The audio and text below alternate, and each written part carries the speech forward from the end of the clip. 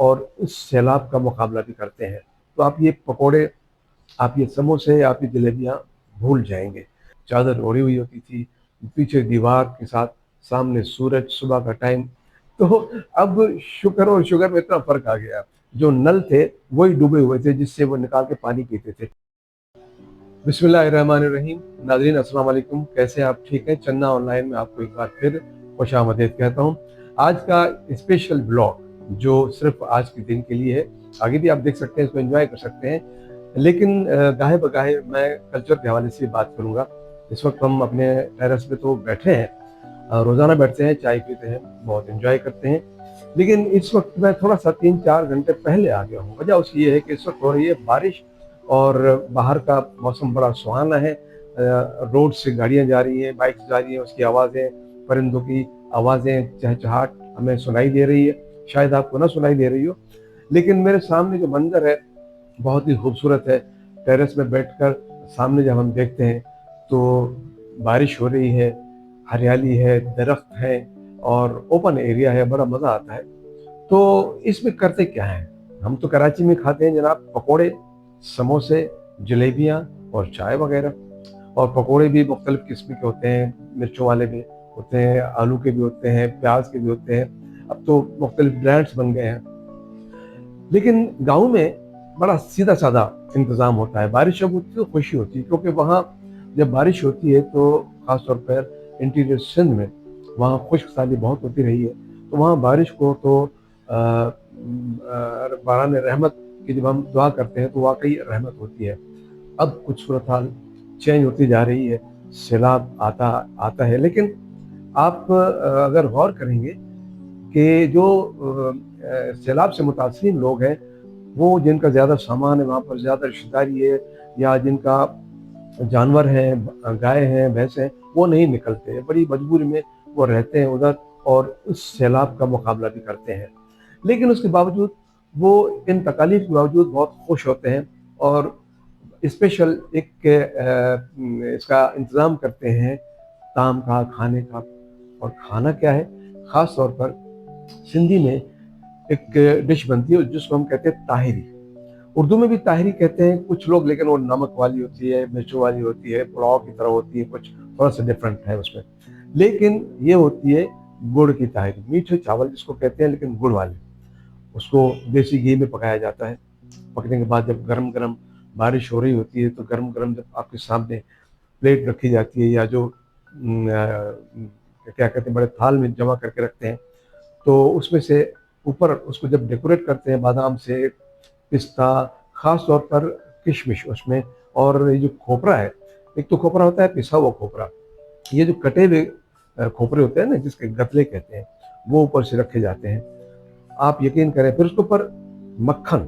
اب میں بات کر رہا ہوں لیکن مجھے اس وقت میسر نہیں ہے، میرے منہ میں پانی آ رہا ہے۔ میں آپ کو صرف اتنا بتا دوں گا کہ اگر آپ اس کو ٹرائی کریں ایسے موسم میں، تو آپ یہ پکوڑے، آپ یہ سموسے، آپ یہ جلیبیاں بھول جائیں گے۔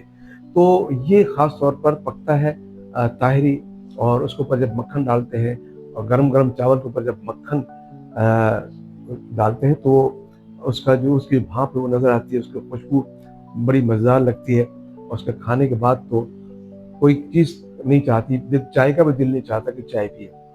تو یہ وہاں میں نے دیکھا، اپنے بچپن میں بہت دیکھا، اور بھی بہت ساری چیزیں موسم کے حوالے سے۔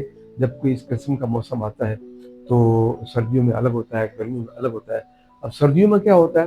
سردیوں میں اگر بارش نہیں بھی ہو، اور پہلے تو اب تو خیر چائے اور بسکٹ اور پراٹھے اور روٹی، رات کا سالن ہے وہ کھا لیا، لیکن خاص طور پر جب بہت سردیاں ہوتی تھیں تو اس وقت باجرے کی کھچڑی، لیکن وہ بالکل سوپ کی طرح، ایک سوپ ہوتا تھا، ایک ہوتا ہے سائیں، ہم اس کو بولتے ہیں سائیں، بہت پتلا دانا ہوتا تھا، نمکین سوپ، اس کو میٹھا بھی بنا سکتے تھے، اور گرم گرم جب وہ بڑے ایک دیگچے میں بنتا تھا اور وہ بانٹ کے بچوں کو دیتے تھے۔ مجھے یاد ہے سردیوں میں چادر اوڑھی ہوئی ہوتی تھی، پیچھے دیوار کے ساتھ، سامنے سورج، صبح کا ٹائم، پکوڑ بیٹھے ہو کے پی رہے ہوتے تھے۔ مجھے لگتا ہے کہ آپ انجوائے کر رہے ہیں، کیونکہ یہ منظر جنہوں نے دیکھا ہے وہ تو خوب انجوائے کر رہے ہوں گے۔ تو وہ ابھی بھی ہے کئی گاؤں میں۔ اب یہ ہے کہ یہ چیزیں تھوڑی سی آہستہ آہستہ کم ہوتی جا رہی ہیں، جب سے چائے آ گئی ہے اور پاپے آ گئے ہیں، باقر خانی آ گئی ہیں، بسکٹ آ گئے ہیں، اور یہ جو میڈیا ہے میرے اور آپ کے ہاتھ میں، اس نے بھی کچھ ہماری عادتیں خراب کر دی ہیں، کیونکہ سارا دن جب اس پہ ہم سب بچے خواتین لگے رہتے ہیں تو پھر کون پکائے، اتنی محنت کون کرے؟ پہلے تو یہ تمام چیزیں گھر میں بنتی تھی. ایون آٹا جو ہے نا، آٹا ہمیں یاد ہے، چکی کا آٹا. کون سی چکی؟ جو گھر میں جو چکی ہوتی ہے نا، ہاتھ سے چلانے والی. ہماری والدہ، ہماری بھابیاں، ہم تو چھوٹے ہوتے تھے، ہم دیکھتے تھے ہماری بہنیں، وہ روزانہ آٹا پیستا تھا فجر کی نماز کے بعد، اور وہ سارا دن چلتا تھا. ظاہر ہے ایک دن میں اتنا ہی ہو سکتا تھا کہ 10-12 لوگ کھانا کھا سکیں.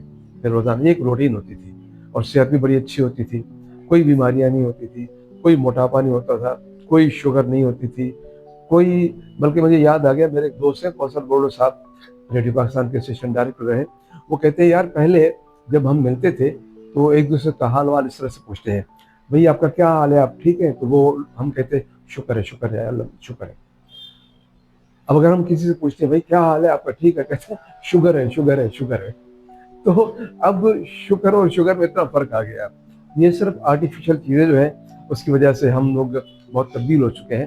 لیکن ابھی بھی اگر آپ انجوائے کرنا چاہتے ہیں صحیح موسم کو اور صحیح جو خوراک ہے اس کو، میں سمجھتا ہوں آپ کی صحت بھی اچھی رہے گی اور انجوائے بھی کرتے رہیں گے.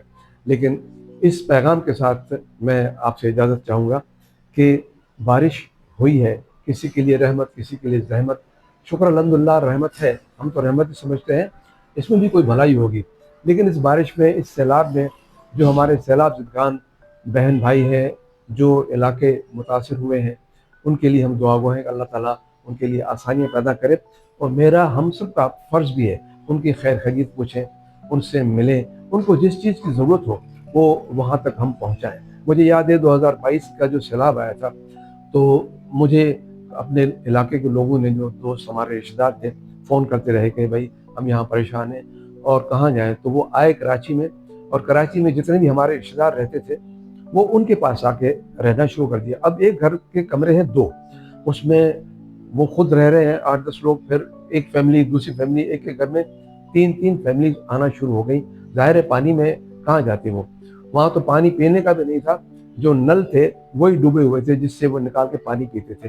یہ حالت ہم نے خود جا کے پھر بعد میں دیکھی. تو ہم نے کوشش کی ان تک، ان کو بلانے کی، یہاں پر ان کے لیے راشن وہاں تک پہنچایا ہم نے، دوستوں سے کہہ کے. آپ جیسے دوستوں نے بڑی ہمت افزائی کی اور الحمدللہ بہت خوش ہوئے. اور اب وہ اپنے اپنے گھروں میں، کئی لوگ واپس چلے گئے، کئی لوگ نہیں جا سکے، جن کے گھر بالکل تباہ ہو گئے تھے، ختم ہو گئے تھے، مال متا ختم ہو گیا تھا، وہ بیچارے یہاں ابھی مزدوری کر رہے ہیں، روزگار کر رہے ہیں. تو یہ میرا اور آپ کا سب کا فرض ہے کہ ہم ان کی خیریت پوچھیں. اس کے ساتھ ہی آج کا یہ اسپیشل بلاگ اپنے اختتام کو پہنچتا ہے. اجازت دیجیے، اللہ نگہبان.